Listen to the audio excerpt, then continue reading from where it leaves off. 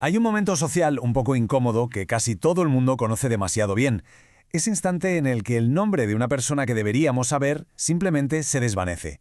Y no es un descuido ni mucho menos falta de inteligencia, es pura psicología. Pero, ¿qué está pasando realmente en el cerebro en ese momento? Vamos a ver que la respuesta no está en una supuesta falta de atención, sino en la propia arquitectura de nuestra mente.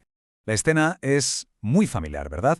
Una persona a la que hemos visto 3, quizá 4 veces está ahí, de pie, justo delante. ¿Y su nombre? Se ha ido.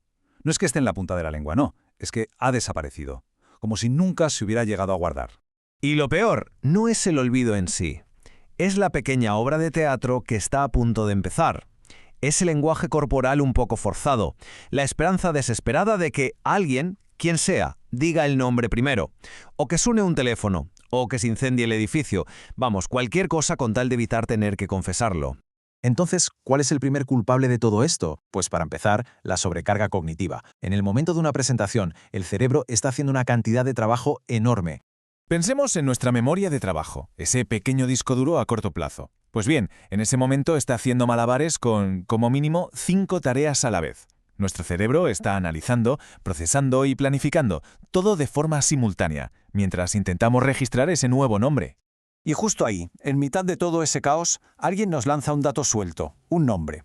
Hola, soy Kevin. Y claro, para el cerebro, Kevin no significa nada, no conecta con nada que ya sepa. Es, básicamente, un dato huérfano en una mente que sinceramente está demasiado ocupada para hacerse cargo de él. Y esto nos lleva al problema central, al quid de la cuestión, los nombres en sí mismos. Para nuestro cerebro, son semánticamente vacíos. No tienen un significado propio que ayude a que se queden fijos en algún sitio. De hecho, los psicólogos tienen un nombre para esto que es fascinante, la paradoja Baker-Baker. Un estudio demostró que la misma palabra se retiene de forma completamente distinta si se presenta como una profesión o como un apellido. ¿Y por qué? Pues todo se reduce a una sola cosa, las conexiones. Vamos a pensarlo un momento. La profesión panadero activa toda una red de imágenes, de olores, de conceptos. La harina, el pan caliente, la idea de madrugar.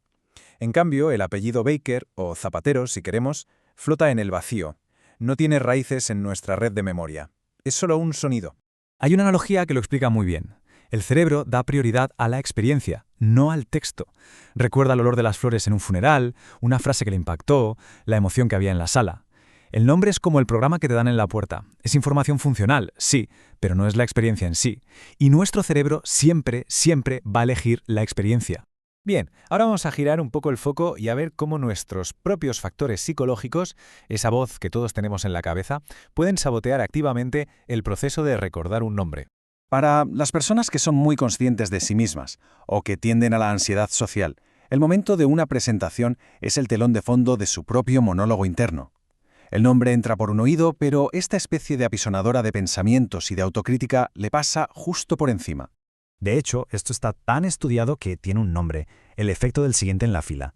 La simple anticipación de tener que actuar, de tener que hablar, consume todos los recursos mentales que necesitaríamos para registrar lo que dice la persona anterior. La mente simplemente ya se ha adelantado. Así que aquí está el punto clave. Para mucha gente, esto no es un fallo de memoria. Es un problema de preocupación. La atención estaba puesta hacia adentro en el momento exacto en que debería haber estado dirigida hacia afuera. Pero aquí viene el reenfoque, quizá el más importante de todos. ¿Y si olvidar nombres no fuera un defecto, sino la señal de que tenemos una arquitectura mental diferente? Es la gran pregunta que se hacen quienes olvidan nombres de forma crónica, ¿no? ¿Hay algo que no funciona bien en mi cabeza? Y la respuesta es un no rotundo. No es un error del sistema, es simplemente un sistema operativo distinto, uno que da prioridad a otro tipo de información. Podríamos pensar que hay 2 estilos de memoria. Por un lado, la memoria de etiquetas, que es buena para datos aislados, nombres, fechas, listas.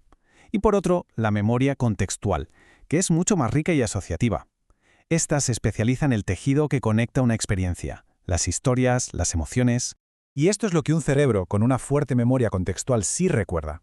A lo mejor no recuerda el nombre, la etiqueta, pero recuerda perfectamente la historia que contó esa persona sobre su hermana, el sonido exacto de su risa, la sensación que le dejó la conversación. El cerebro sí que estaba prestando atención. Claro que sí, pero otras cosas.